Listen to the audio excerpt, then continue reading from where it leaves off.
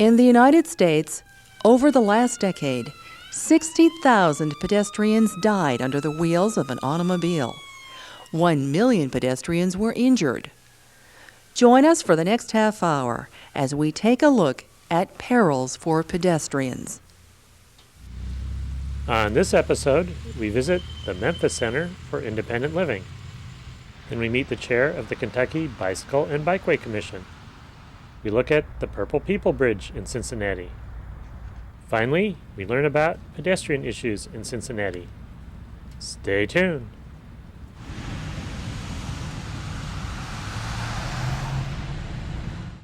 We're in Memphis, Tennessee, talking with Randy Alexander, who's a community organizer with the Memphis Center for Independent Living. What is the Memphis Center for Independent Living? We're a Center for Independent Living like there are all over the country. We're an advocacy-oriented peer group that is a nonprofit organization that works to help individuals with disabilities live independently, learn advocacy skills and other important skills to do so. What are some of the major barriers out there that people have to overcome so that they can live independently? Anything from just basic life skills to accommodation. I mean, what people with disabilities need aren't special services. They're needing accommodation and support services in order to live how they want to do that. And pedestrians with disabilities, what sort of challenges do they face here in Memphis? Here in Memphis, there's a lot of challenges. We have rules and laws that don't support the city to make sure that they maintain sidewalks. And then even when the ADA was passed, the city was dragging their feet and not doing anything until there was lawsuits filed in order to force curb cuts and other accessibility requirements to be implemented. And just a poor maintenance and poor record of the city to make sure that we have a system that is pedestrian friendly. And the ADA, that's the Americans with Disabilities Act, what would that have to do with sidewalks? Well, I mean, as an avenue of getting around, as other pedestrians might step off a curb, a person with a wheelchair that uses a wheelchair needs to have a curb ramp. And the ADA implemented rules and laws that made access a civil right to all services of the city, and sidewalks are part of that goods and services. And so the ADA implemented a set of rules that made sidewalks and getting around part of the city's requirement to be accessible. So what have you had to do to get the city to pay attention to what they're supposed to be doing? Well, that's an ongoing process. But originally, back in the mid-'90s, the city still had not come up with a transition plan in accordance with the Americans with Disabilities Act. So the center organized several people with disabilities, and specifically Francis Utila, to file a lawsuit against the city. The Utila v. Memphis lawsuit went forward, forcing the city to actually come up with a plan on what they were going to work on and how many curb cuts they were going to do every year, and to move forward in actually doing that. And I take it, since it's a little too much of a job to do all the curb cuts at once, that it's important to know which ones you're going to do first. Which ones would you like to see done first? Well, I think the city has really failed the disability community, because what they've done is they've laid out curb cuts that they're going to do along an avenue, but they haven't concentrated in working on the areas of town where people with disabilities are concentrated. Right here around the center here, there's several apartment complexes that are subsidized units. Well, why haven't they then worked on those neighborhoods first instead of working on the university neighborhood, or working on other neighborhoods where the income levels are higher and not that many people with disabilities live? There are some, yes, but they're concentrated in areas where there's subsidized housing and lower income, and that's where they should really concentrate. And if you're trying to get around the block here, just right by your center, what sort of obstacles would you run across in just that little journey? You'd run across the obstacle that you would need to compete with the vehicles on the avenue in order to get around the block, because the sidewalks are all torn up, the curb cuts are where they are not so great. And this is common. I mean, this is not the exception to the rule. the failing sidewalks in the city of Memphis are common because the city puts it on the property owner's responsibility, not on their responsibility. How fundamental is it to have accessible sidewalks in order for people to live independently? Oh, it's not just fun; it's vital. And I think the new argument, it really needs to not just be about accessibility. It needs to be about commerce, because the city has to maintain the streets as a means for commerce. Well, a vast number of people with disabilities can't afford vehicles, they don't drive, or for whatever means. The vast number of us do not have vehicles. So for us to conduct commerce, we must have accessible sidewalks and walkways. We must have curb cuts in order to conduct basic commerce. So I think our new argument really might need to start looking at forcing the cities to see this as a commerce issue. And then they will have to maintain the sidewalks, because that's the only means we have to conduct commerce, be part of our community, and live full independent lives.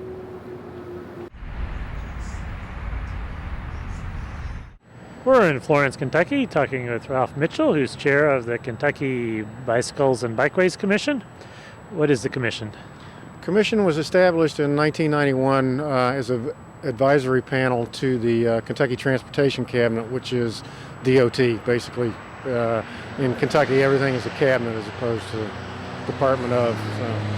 So, we advise the Secretary of Transportation on all issues regarding bicycling in the state. What sort of people are on the commission? Commission ranges from everyday folks like myself to attorneys, interested parties in bicycling, pedestrian issues. We're appointed by the governor. We come from different areas of the state, so we pretty much, there's 7 members on the commission. We pretty much cover the entire area of the state. What are some of the issues you've been dealing with lately? We have been entrusted with the funds from the Share of the Road tag, a specialty license plate. Now, unlike some states, we have a dual discipline tag that shows both bicyclists and pedestrians. I have written a grant program to use those funds. The funds will be used for bicycle and pedestrian education programs throughout the state. So if a Boy Scout group, for example, would like to do a pedestrian training class, safety training class, they can apply to the Bikeway Commission to receive funds to hire facilitators or whatever they need to take care of the class. Individuals can apply, they can form a public-private partnership with a local, say a health department or sheriff's department perhaps, and work to put together a program and get funds that way. So we try to keep it open to everybody. And by forming public-private partnerships, we can let individuals in. It's kind of a grassroots type program. The other things are pedestrians have been left out, bicyclists and pedestrian vulnerable road users have been left out of our strategic highway safety plan. So I'm currently spearheading an effort to try to rewrite the strategic highway safety plan to include bicyclists and pedestrians. There's an attitude that's slowly changing, but it still exists in the state, that we don't matter, pedestrians and bicyclists. The reply to include, we need to include bicyclists and pedestrians in our strategic highway safety plan, the reply I received from the state was, well, the numbers aren't there. They don't justify rewriting the plan. And that's a sad thought, that we're killing 25 bicyclists and 50 pedestrians a year, and they don't consider that enough bloodshed to take action, to try to protect us through changing laws and that kind of thing. And some places have looked at the possibility of having the safety funds be distributed at least in proportion to the number of deaths, so that, you know, maybe you don't get a big percentage going to the non-motorized modes, but it wouldn't be 0%. Would something like that make sense here in Kentucky? Yeah, that's another thing we're trying to do. We're looking at it now.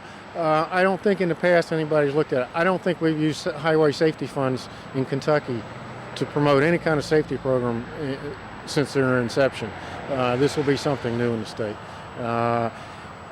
There's a new administration in Frankfurt that seems to be more pedestrian, more bicycle friendly, so we're kind of counting on Governor Beshear and his staff. I have seen remarkable changes in the last couple of months. Just in Secretary Joe Prather took over for the Transportation Cabinet. We've changed a lot of things. We've been without a bicycle pedestrian coordinator for several months now.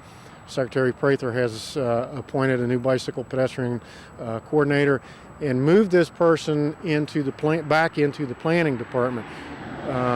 Prior to this, the bike pedestrian coordinator was hidden away in a little office, what was at one time called Office of Special Programs, and was never in on any of the planning and left completely out of the loop. We just had to have a bike pedestrian coordinator because the federal mandate says we have to have one.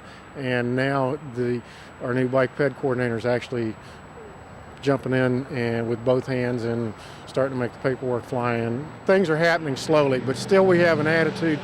For example, our police departments, law enforcement in this state, they can't write a motorist a citation unless they saw what took place.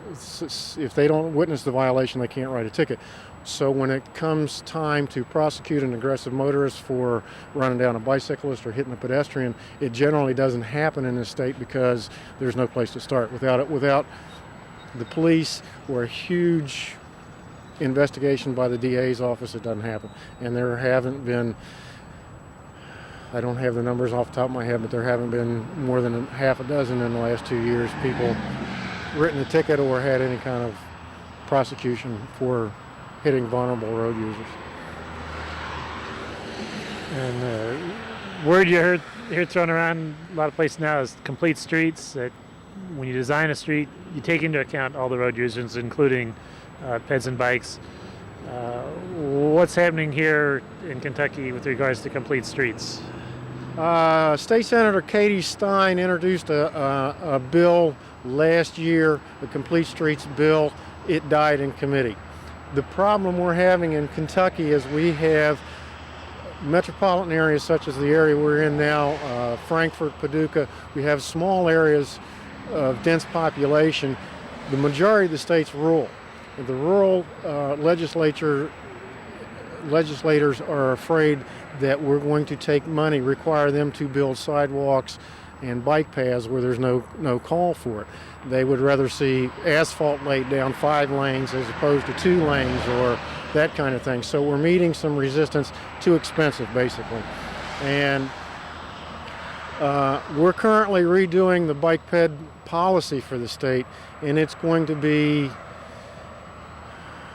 about a half a step shy of complete streets, but at least it will absolutely require them to the Transportation Department to look at the possibilities of including non-motorized transportation in the design and building of roadway systems in the state. And that'll include not necessarily all new construction, but will be retroactive to repaving and rebuilding of existing roadways.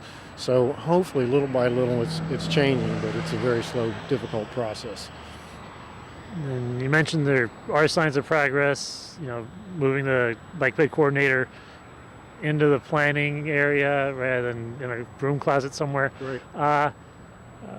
What's it going to take to change attitudes? Either in the department, in the wider government, with the public. What does it take? Changing attitudes is difficult.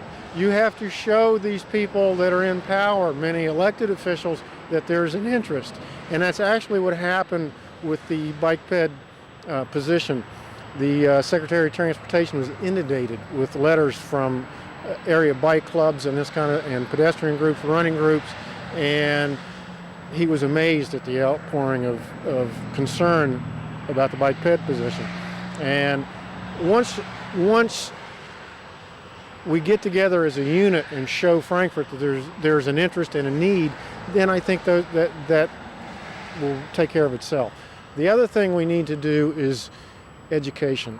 We have to educate public officials. We have to start with the kids in school, and we have to go right on up to the politicians. There has to be some sort of ongoing educational program, webinars, whatever it takes. budgets are tight. We can't, right now in Kentucky, a lot of programs are canceled because Transportation Cabinet doesn't have the funds in the budget to let their staff travel and go to the district offices and do. So it's time to look at things like webinars where nobody has to move. They can all do it by internet and computer, and open up training programs. I was recently at a Transportation Cabinet district office. They didn't even have the standards for the AASHTO standards for pedestrian facilities or bicycle facilities in the office. I had to bring my own copy to the meeting. They didn't have it. So this is the kind of thing we need. We need to start with education and work our way up from the kids all the way up to the politicians.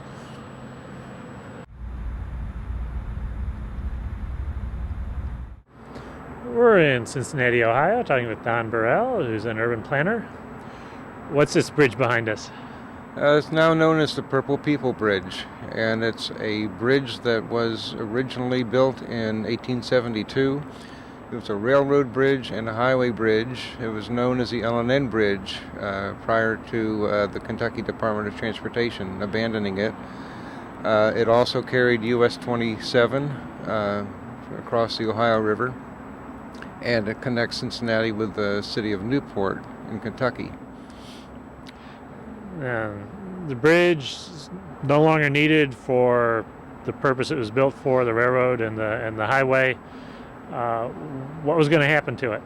Well, the railroad abandoned it in the 1990s, and it closed as a highway bridge in 2001. And what happened was that they built an interstate bridge just upriver from it, which carries most of the traffic across the river now. They also reconstructed a second bridge, the Central Bridge, that connected Cincinnati and Newport. And so the L&N Bridge basically wasn't needed for transportation. It was considered for conversion for pedestrian and bicycle use by a group of economic development people in Newport, South Bank Partners, and they pursued its conversion to the pedestrian and bike facility that it is now. So, what's involved in taking an old bridge that's even in danger of demolition and converting it so that peds and bikes can use it? Well, it was looked at as an economic development tool. The city of Newport developed a sizable commercial center just across the river here, and it is a very good connection to that center with bookstores and restaurants and things like that. What happened is that South Bank Partners and City of Newport and City of Cincinnati worked with the Kentucky Transportation Cabinet and secured $4 million in funding for it, for its renovation. So they took some structural work to get it to standard, and actually they decided on painting it purple. I guess it was done through a group of people, I guess associated with South Bank Partners, and that's how it came to be known as the Purple People Bridge. It opened up for, as it is now, for pedestrian use in April of 2003. And it's very popular. A lot of people are running across it, walking across at lunchtime. There have been some events. I think there have been some weddings held on it. So it's been a very successful project, and very innovative and insightful. What is it about bridges across a big river like the Ohio that get people excited? I mean, why would you have your wedding on the Purple People Bridge? Well, I think just going from one state to another is of interest. It's fun to go out there at lunchtime, take your lunch. There are benches out there, large flower pots and things like that. And it's just fun to sit there and watch the barges go under you, and the ski-doos and things like that. Cincinnati has a pretty attractive riverfront. Why is it important to have pedestrian and bicycle connections across a big river going through the middle of a metropolitan area like this? Well, a lot of cyclists do ride. Cincinnati cyclists will cross the river to ride on Kentucky Route 8, which parallels the river. It's a lot less traveled than the corresponding highways on the Ohio side. So a lot of cyclists have been riding across there anyway. However, in the past they've been using the highway bridges. The Central Bridge was reconstructed. It's a pretty good bridge for cycling across. Clay-Wade Bailey is the second bridge that connects Cincinnati and Covington. There are two bridges that connect Covington. And one of them, the rolling suspension bridge, has a metal deck, so that is not a good bridge for cycling. But it's an interesting trip to make, to go from one state to the other, and there are attractions on both sides. So you have Kentucky people coming over here for the attractions, and consequently Ohio people going over there too.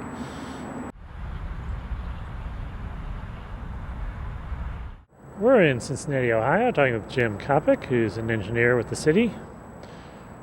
What sort of pedestrian issues does a city like Cincinnati deal with on a day-to-day basis?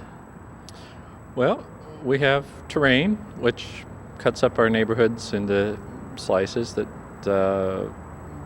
require challenges of cutting into hillsides to build roads and connections, and the sidewalk system is pretty good in a lot of the business areas, but traveling between communities or neighborhoods is sometimes a little challenging. We're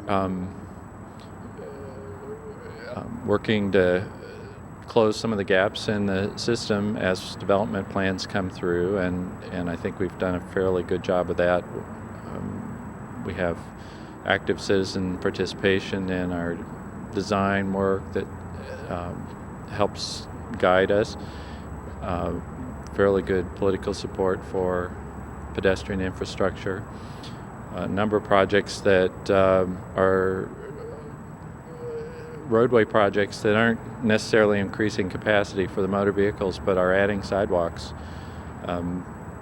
Even in tough terrain, we have one street that has an 8% grade. We're adding a sidewalk and reducing the roadway to make that happen. So very expensive to build on the side of a hill, but we have made some progress. We've worked to keep the pedestrians integrated into the street system rather than segregated, and tried to close some of the gaps as they become more important to the public. And you talked about public participation. What sort of different ways does the public participate in letting you know what they need? Well, we have 52 community councils that we support financially, and are meeting with them various times during a project's development. We have an ongoing, a couple of committees that I'm staffed to two of the citizens committees that work on pedestrian issues. One is focused on the accessibility issues, ADA issues in the right-of-way, like curb ramps and audible signals and transit access. And we have a bicycle pedestrian advisory committee called Bike Pack that mostly focuses on bike program, but they get real interested in the closure of hillside steps,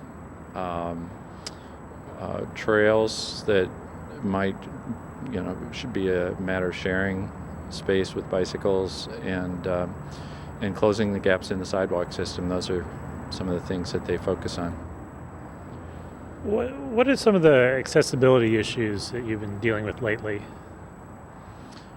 Well, we have the citizens group that comes in monthly has reviewed a number of projects. We just rebuilt our bus transfer station downtown at Government Square, and the previous design didn't comply to ADA in any respect and was pretty hazardous for the rest of the pedestrians as well. And so consultants brought in models. We talked about options on allocating space for the landscaping and other features that are competing with pedestrian space. And the citizens group was working on the remodeling of our convention center, but mostly they're focused on our street system, the curb ramp program, which is pretty proactive, dealing with the requests for audible signals, which come in, go through a field review, and one of their keen interests right now is the redevelopment of our central park through the business core right at the heart of Cincinnati, making sure that the wide plazas are navigable and accessible. What sort of progress has Cincinnati been making on getting in the curb ramps that make your sidewalks accessible?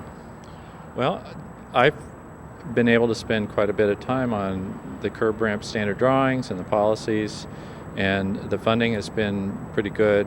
And it's partly because we have a city engineer who's, for the past 10 years, city engineer, is legally blind and is allowed us to spend more time on curb ramp issues, developing the standard drawings, researching state-of-the-art around the country.